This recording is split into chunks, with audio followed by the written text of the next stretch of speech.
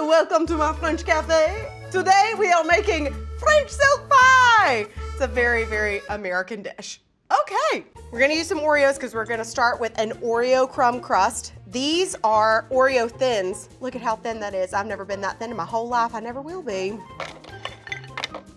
Get ready, here we go. Everyone's favorite noise, the food processor. All right, oh God. Yes. So now we're just gonna go in our mixing bowl. Now here's an advantage of using the Oreo thins. It's still got a little layer of that cream inside, and that's gonna help us bind everything together. So we actually don't need that much butter for this. We're just using a melted half stick of butter. This is a no-bake situation. So if it is hot outside still, like it is in Alabama, you don't even need to turn your oven on. Everything is going in the fridge.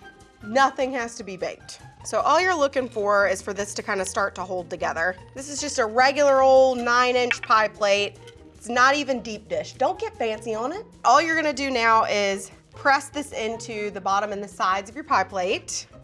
You just want this to be compact into the bottom and the sides. I'm gonna wash my hand off because that's what it looks like right now. If that's what your hand looks like, you are doing it correctly. Now all you have to do is put this in the fridge. Just pop it in the fridge. We're gonna work on the filling for this, and then we'll come back to this little baby. 8 years of theater school and I'm on YouTube. Let's make a filling, huh? All right, this is gonna be a little bit different than every other baking thing you have ever done, okay? Everything has to be cold. The exception of this is you want your butter to be at room temperature. Your melted chocolate has to be room temp. It needs to almost be solidifying again. We're gonna start with some room temp butter. Butter. All right, we're using caster sugar or quick dissolve sugar. All right. I really try all the time, you know? Hold on. Too much fun having too much fun. Okay. Butter and sugar is ready to go. I am just gonna scrape down the sides of our bowl, light and fluffy, just like me. In we go. Time for vanilla, bam. Instant coffee granules, this is my favorite like secret ingredient anytime you're working with chocolate. All it does is bring out more of that cocoa flavor. We're just gonna let this mix together real quick. All right, chocolate. This is 4 ounces of unsweetened chocolate. Here's the thing, we melted this and then we let it sit for at least 20 minutes so that it could come to room temperature. We're putting raw eggs in this filling, okay everybody? I'm just putting it out there right now. There are raw eggs in a French silk pie. I just want you to think about it like you're a bodybuilder and you drink raw eggs in the morning. Your eggs have to be cold directly from the fridge. You have to beat this for 5 minutes between each egg addition. So that means that there's about 20 minutes of mixing for the entire pie to get done. All right, here we go. See you in a little bit.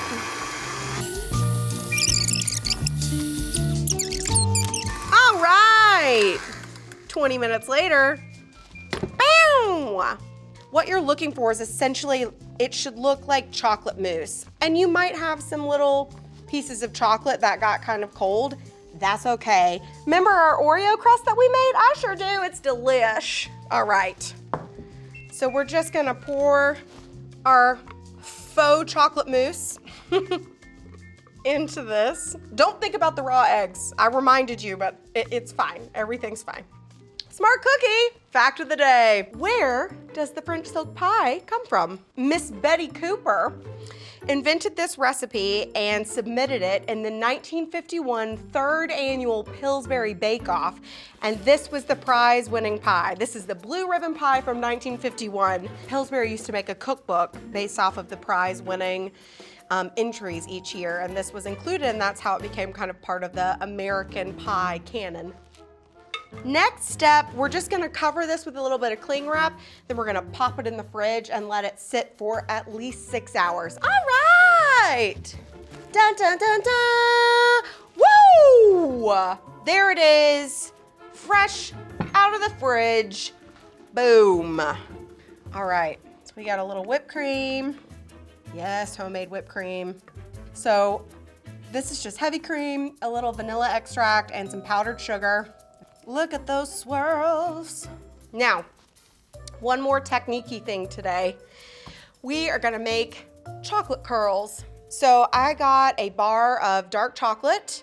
I recommend using a Y peeler for this. I'm not great at this, so we might have a fail right now. I don't know. So I'm gonna go on a longer edge, and I'm using a lot of pressure. There's your chocolate curl. You just have to be super gentle.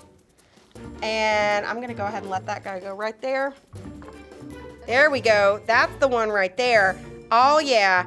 Usually the second one is a lot better than the first. You ready? All right, Shelbs. Me and you. Oh yeah. Shelby, do you got it? Look at that guy. Oh yeah.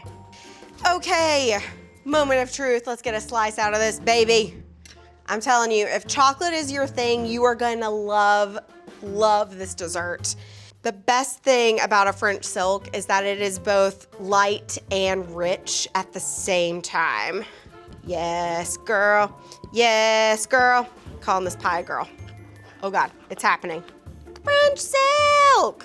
Oh my God, you guys, this pie is so delicious. It's so delicious. If you are a chocoholic, I'm telling you, this is the pie for you. It is simultaneously like super light and fluffy and also incredibly dense and rich at the same time. Silky. That's why it's called a French silk pie. Yes. Delish.